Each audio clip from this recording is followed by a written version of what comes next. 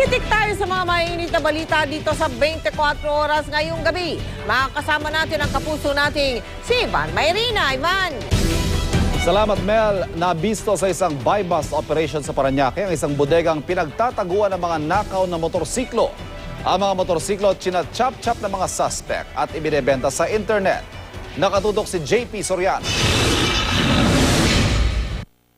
Kuha ng CCTV ang pagnanakaw ng isang lalaki sa isang motorsiklong nakaparada sa e-bingo shop sa Parañaque kamakailan. Walang kahirap-hirap na natangay ang motorsiklo. Agad namang naaresto ng Parañaque Police ANCAR ang sospek.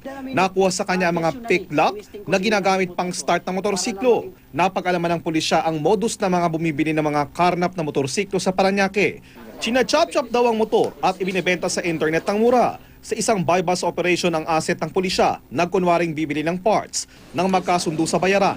Dito raw na-corner ang sospek na si Jeffrey Bercasio na nagturo naman sa warehouse ng mga chop-chop na motor sa barangay Santo Niño sa Parañaque. Tumambad sa pulisya ang iba't ibang parte ng motorsiklo at makina na ibinebenta lang daw sa internet ng 2,000 piso. Nagkalat rin ang gas tanks at katawan ng motorsiklo. Aabot sa 10 motor ang nakita at santambak na parts mula sa may 50 motorsiklo. Karamihan sa mga ito ay may engine at chassis number pa.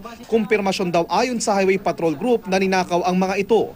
Ang ilan, burado na para hindi na raw matrace ng may-ari. Nakita sa lugar ang order slips, bank payments at delivery receipts. So pag nabayaran mo na, ipapadala naman niya sa lugar mo yung piyesang in-order mo. Ito po ay nag-ooperate po, entire nationwide po yan.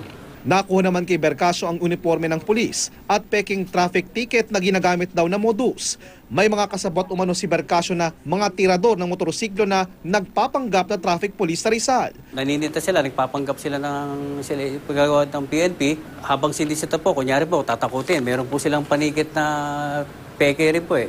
So, sasakyan na po yung motor, sasabihin doon sa nahuli na, o sige, sumunod ka na lang sa presinto, pero hindi po yun nangyari. Naitakbo na po ang motor ng tao. Hinala ng pulisya, ang lalaking nakita sa CCTV na nagnakaw ng motorsiklo ay supplier ni Bercasio. Itinanggi naman ito ng sospek.